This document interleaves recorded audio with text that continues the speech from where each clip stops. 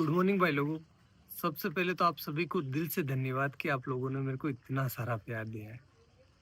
अब आप पूछ सकते हो कि सोनू भाई आप इतने दिनों से कहाँ थे, क्या कर रहे थे, आपके साथ क्या हुआ क्या नहीं हुआ। तो भाई लोगों सच बता रहा हूँ, पिछले 60 दिनों से मैं अपने घर पर बैठकर रो रहा हूँ। बहुत सारी एंजाइटी फील कर रहा हूँ और बहुत कुछ हो रहा है, मतलब क्योंकि मेरी जिंदगी बर्बाद हो चुकी है। अब मेरे पास कुछ भी नहीं है करने को। क्या हुआ है मेरे साथ, कुछ अलग हुआ है मेरे साथ, जिस वजह से जो भी मैं था ना वो खत्म हो गया है।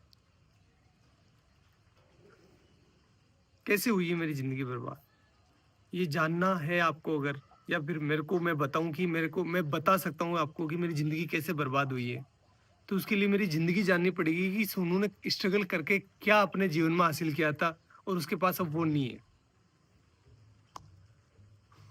सोनू जिंदा रहने के लिए भी संघर्ष करा है सोनू भाई ने,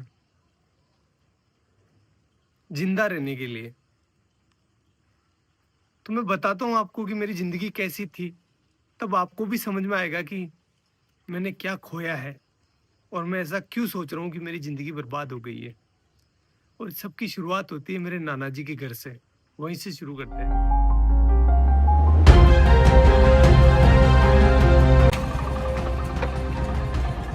गाइस ये है मेरे नाना नानी का घर, जहां पर मेरा जन्म हुआ था। चलो अंदर चलकर देखते हैं कौन कौन है।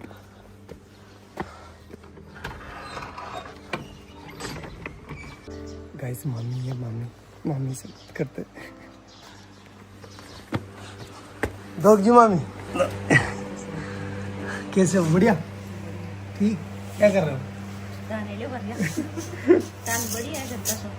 हाँ तैयार है, सब तैयार है। तो कुछ ऐसा दिखता है नाना नानी का घर। मेरा जन्म हुआ था यहाँ पर। पहले आपको पता है कि ना हॉस्पिटल वगैरह नहीं जाते थे, मतलब बच्चे जो है वो घर पर ही हो जाते थे। तो मेरा भी जन्म ऐसे ही हुआ है। मामी हम यहाँ कौन से कमरे में रहते थे पहले, जब मैं छोटा था ना, बच्चा था तब? इस वाले में। ये है वो रूम जहाँ पर हम बचपन में रहा करते थे, ये वाला। देखो आप, ये देखो इधर इधर इधर इधर। इस वाले रूम में जो है भेड़ और बकरियों के बच्चे रहा करते थे, क्योंकि बाहर कुत्ते मार देते थे ना, इसलिए।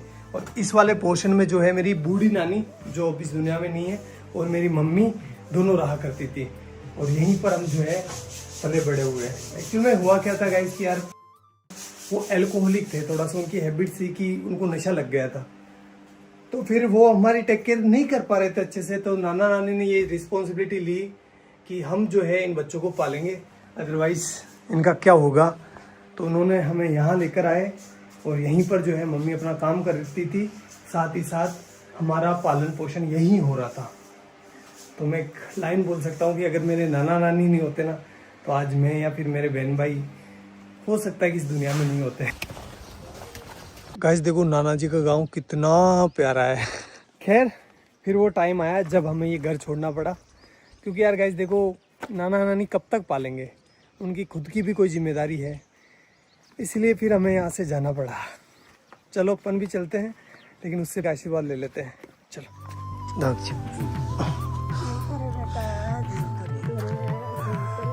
मेरी नानी है, आपको बाद में बताऊंगा इनके बारे में। और अपने गांव आते ही हमें घरेलू परिस्थितियों के कारण अपने घर नहीं घुसने दिया गया, इसलिए हमने बड़े पापा की कोठी का चुनाव किया। म्याऊ म्याऊ।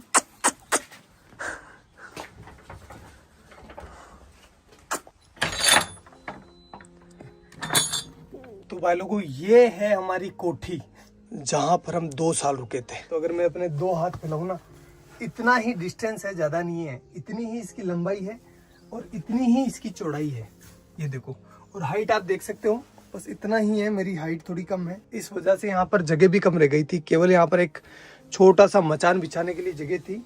और ऊपर से जो है बरसात का पानी टिपकता नहीं था, बरसात का पानी गिरता था, क्योंकि ये छत है ना थोड़ी नीचे है। और यहाँ पर आप देख सकते हो नीचे जो इसका फर्श है ना, फर्श वो बना हुआ था गोबर और मिट्टी का।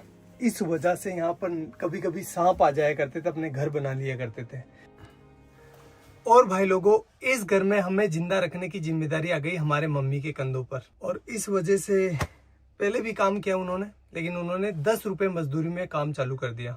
10 रुपए में से 5 रुपए के वो हमारे लिए चावल लेकर आती थी। मैं लेकर आया हूँ आपको बताने के लिए कि उस टाइम कितने चावल आते थे। इतने चावल आते थे 5 रुपए के।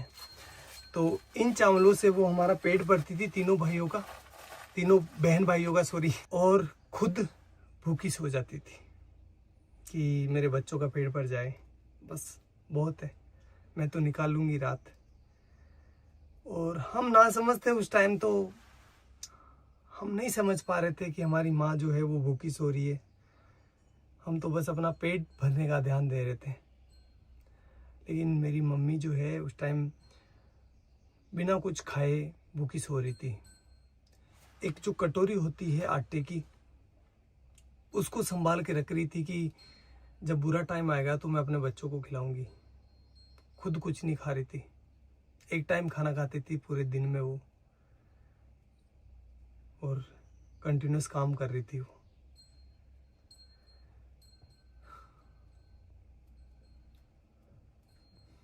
और ये सारी चीज़ें हम बच्चे नहीं समझ पा रहे थे, हमारा माइंड उतना डेवलप नहीं था कि हम ये इतनी भारी चीज़ें समझ पाए।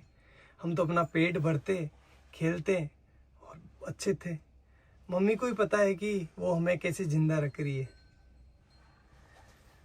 मदर इंडिया, यही तो मदर इंडिया है। सारे दुख खुद रख लेती है और अपने बच्चों तक किसी भी प्रकार की प्रॉब्लम्स नहीं पहुंचने देती है। बाबड़ी कोई का लोन भी मांग बनेगी दान की जाती कड़ू कई माती गणा दौरा तेरा पड़िया।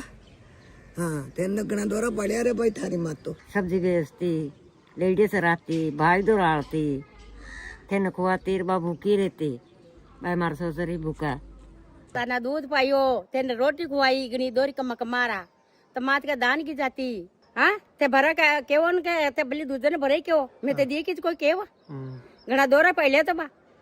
और भाई लोगों, इस वाली छत की ना एक स्पेशल कहानी है, बताता हूँ मैं आपको। पर मैं, मेरा भाई और मेरी बहन बैठे थे शाम को, और हम राह देख रहे थे कि हमारे लिए कोई खाना लेकर आएगा, क्योंकि हमारी मम्मी जो थी वो गांव चली गई थी किसी कारणवश, तो हमारे लिए खाना नहीं बना था उस टाइम। कोई भी खाना लेकर नहीं आया और हम तीनों बहन भाई भूखे ही सोए। यही जगह थी वो, सेम टू सेम। एक बात बताऊँ आपको, जब आप भूखे होते हैं ना तो आपको अच्छे से नींद नहीं आती। देख लेना एक बार। चलो मैं आपको अपनी बहन से मिलवाता हूँ।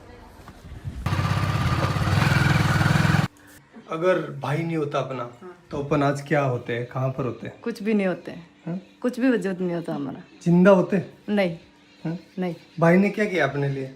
बहुत मेहनत की, बहुत हमें शिक्षित किया। बड़े भाई ने हमें सब कुछ सिखाया, सब कुछ दिया।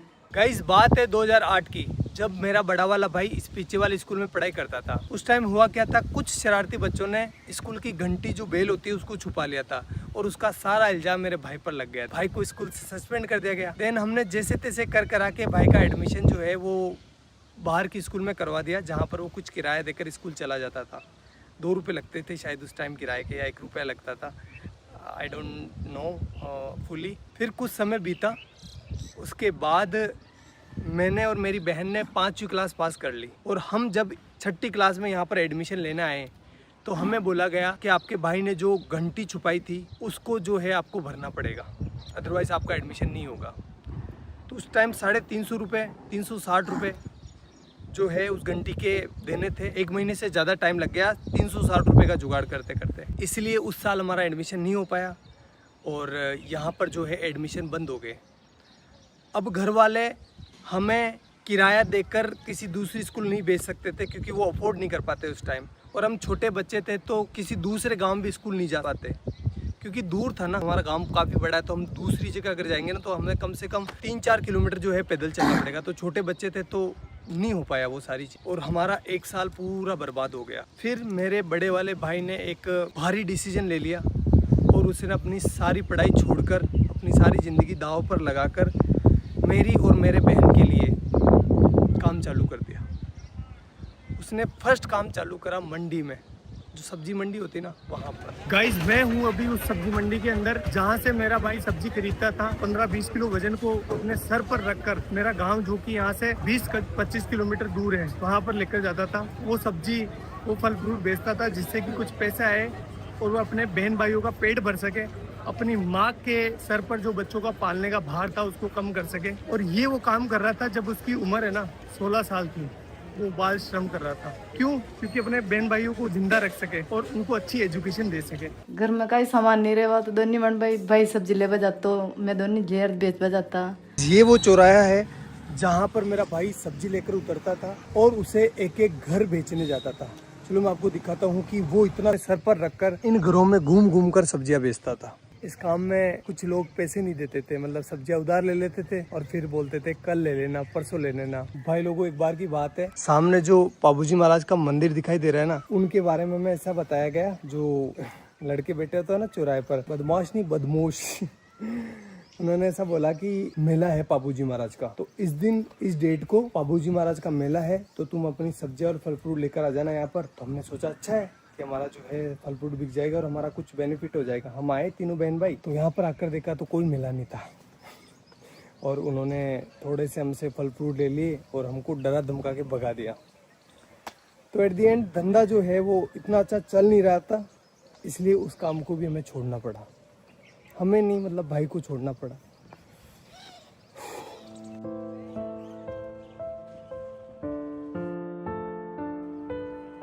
और गाइस फिर मेरे भाई ने खिलौनों की दुकान पर काम चालू कर दिया, जहां पर उनकी सैलरी थी 50 रुपए पर डे, यानी 1500 रुपए पर मंथ।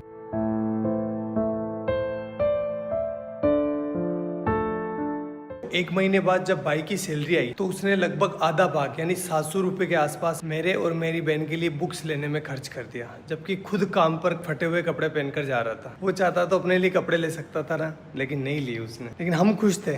क्यों खुश थे? क्योंकि पहली बार रजिस्टर आया था, पहली बार हेल्प बुक आई थी, अब हमारे भी अच्छे दोस्त बनेंगे। यार बुक्स अच्छी आती है तो दोस्त आते ही है ना, भाई तेरी हेल्प बुक दे दे, तो हमारा कॉन्फिडेंस है ना सीधा आसमान चला गया।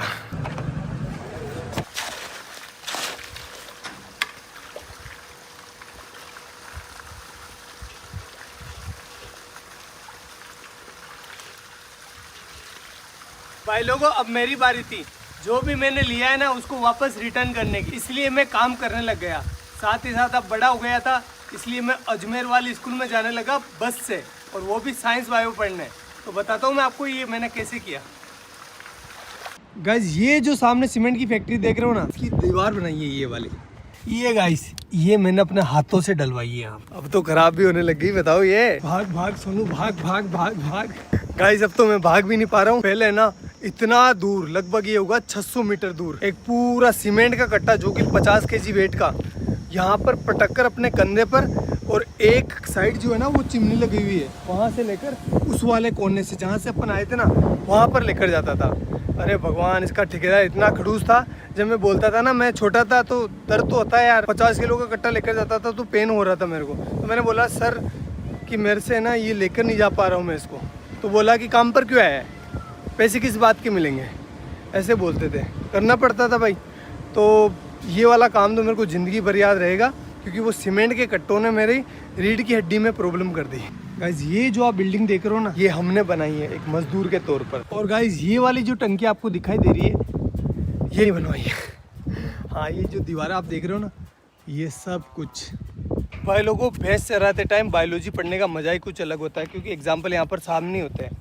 जब एक बगुला है ना भैंस के आसपास होता है तो उसका मतलब ये है कि वो सेब पोजीता कर रहा है, क्योंकि आप देख सकते हो जहाँ पर भैंसें चर रही है ना, उसके पास एक बुगला है। ये देखो बुगला है, क्योंकि जब भैंस चारा खाती है ना तो चारा हिलने की वजह से उसके अंदर जो कीड़े होते हैं वो बाहर निकल जाते हैं, और ये बुगला उनको खाकर पेट भर लेता है। ये दो जीवों का एक संबंध है जिसमें एक को कोई भी घाटा नहीं होता और दूसरे को फायदा हो जाता है। प्रेरित धाराओं से उत्पन्न होने वाले चुंबकीय क्षेत्र का मान सदैव इस प्रकार होता है कि वो उन कारणों का विरोध करता है जिसके कारण इसकी स्वयं की उत्पत्ति हुई है। अरे डब डब डब डब जा।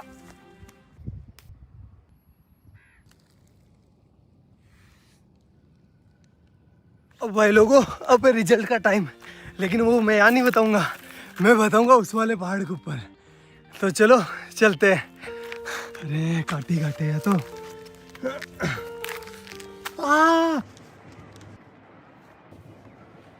अब भाई लोगों मेरा आ गया 12th का रिजल्ट।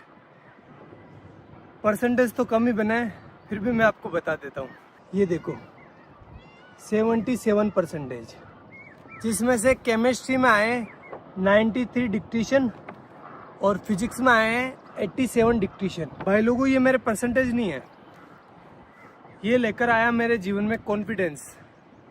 अभी तक भी मेरे जीवन में कोई हार्ड काम आता है ना, तो मेरे को अंदर से आवाज़ होती है कि तू कर लेगा, डर मत, तू कर लेगा। लेकिन इस बार है ना, मेरे को सोनू का सूरज डूबता हुआ दिखाई दे रहा है।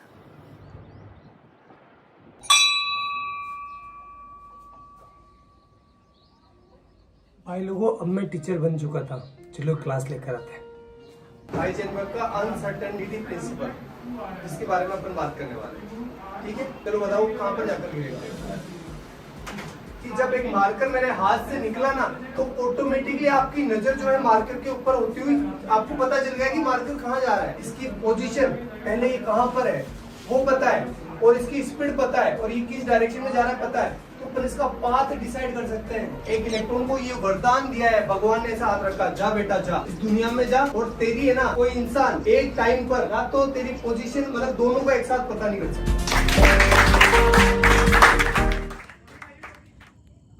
फिर ऐसे करते करते मैं टीचर बन गया, और मेरे पास बहुत काम था। 3-4 कोचिंग ऑफलाइन जाता था, 1-2 ऑनलाइन थी, मतलब मस्त। और जो भी चीज़ें मैंने अपने परिवार के लिए सोची थी, भाई के लिए, मम्मी के लिए, वो मैं कर रहा था अच्छे से, कोई दिक्कत नहीं थी। उसी टाइम मेरे पास आया भैया का कॉल सीधा टीम से भैया का कॉल। इतना खुश हो गया था मैं यार, भैया का, इतने बड़े आदमी का कॉल डायरेक्ट आया था मेरे पास। तो फिर भैया का कॉल आया और भैया ने बोला मेरे को, सोनू यार हमारे यहाँ पर है ना एक साइंस की लड़के की डिमांड है, तो तू आ सकता है क्या। मैंने बोला ठीक है भैया, मैं कर लूँगा, कोई दिक्कत नहीं है। तो फिर मैंने वहाँ पर मतलब ऑफिस में पार्ट टाइम जॉब चालू कर दिया। 2-3 घंटे के लिए जाता था, केमिस्ट्री से रिलेटेड और फिजिक्स से रिलेटेड, मतलब ऑल ओवर साइंस का काम मैं संभालने लगा। और ऐसे करते करते करते करते 2 महीने निकले। 2 महीने के बाद भैया ने आगे से बोला मेरे को कि सोनू तो ऐसा कर, फुल डे ज्वाइन कर ले, सारा दिन काम कर, और पॉसिबल है तो कर ले।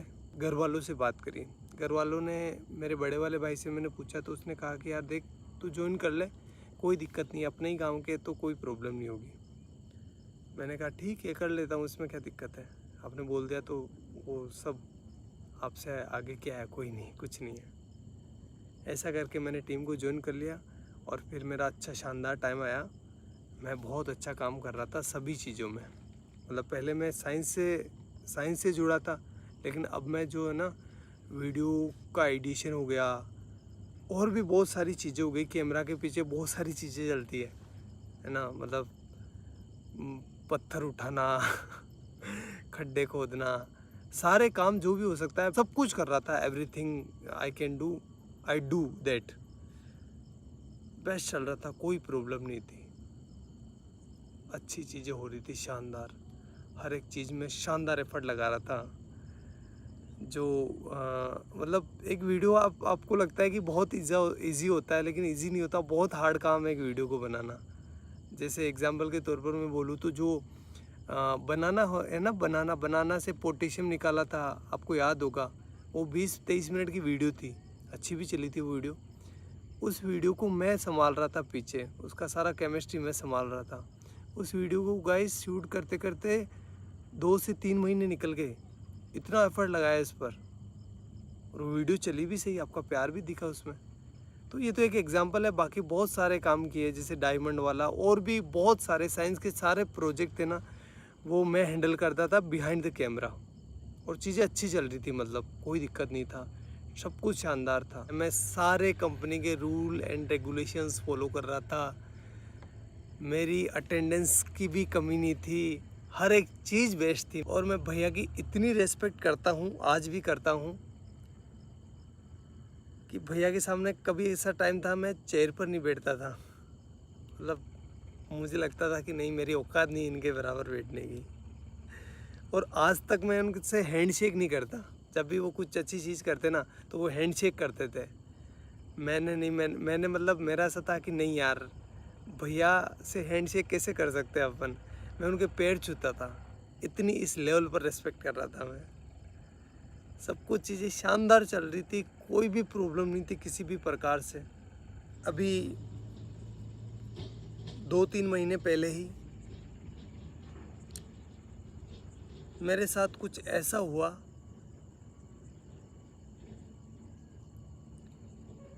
कि मैं अब आपको अभी तो आपको बता नहीं सकता। मैं पता नहीं कौन सी ज़िंदगी से निकल के आया हूँ, मेरे ये दिन कैसे निकले हैं मैं ही जानता हूँ। वो तो आप लोगों का प्यार है और घर वालों का प्यार है, लेकिन मैं एक बहुत हार्ड टाइम से निकला हूँ। तो मैं कुछ बोलकर क्योंकि मेरी मेंटल हेल्थ और मेरी इमोशनल हेल्थ दोनों ही ठीक नहीं अभी। मैं और इसको ख़राब नहीं करना चाहता। और अब जो है मेरी ज़िंदगी ख़राब हो गई है, बर्बाद हो गई है पूरी। ना तो मैं टीचिंग का रहा, ना मैं यूट्यूब का रहा। और सच बता रहा हूँ भाई लोगों, तो कुछ लोगों के मन में कुछ भी आ सकता है,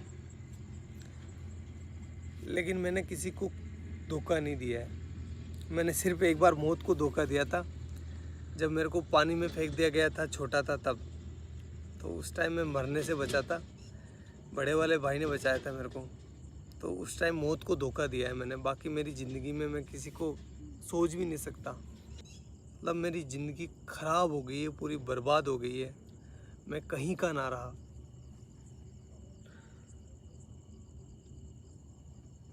लेकिन घर वालों को वो चीज़ें नहीं दिखा सकता मैं। वो मेरी वजह से परेशान हो रहे थे, और आगे से मैं रहूँगा भी नहीं। ना तो आपके सामने रहूँगा, ना घर वालों के सामने रहूँगा। और साल भर तक मैं ट्राई करूँगा, अगर मेरे से ये हो जाता तो ठीक, अदरवाइज़ मैं जो है वापस अपने एजुकेशन फील्ड में चला जाऊँगा। और साथ ही जो है अपनी एजुकेशन को भी सुधारूँगा। और साथ ही ये करके देखना पड़ेगा, सिचुएशन ऐसी हो गई है कि मेरे को करना पड़ेगा, क्योंकि मैं क्या करूँगा अब। और आगे आने वाले टाइम में बताऊँगा मैं आपको कि मेरे साथ क्या हुआ है, लेकिन अभी मेरे को माफ़ करना, मैं नहीं बता सकता। मैं वापस वो डार्क टाइम नहीं देखना चाहता। आगे जाकर बताऊँगा, मैं पक्का बताऊँगा, लेकिन अभी नहीं। हाथ जोड़कर रिक्वेस्ट है।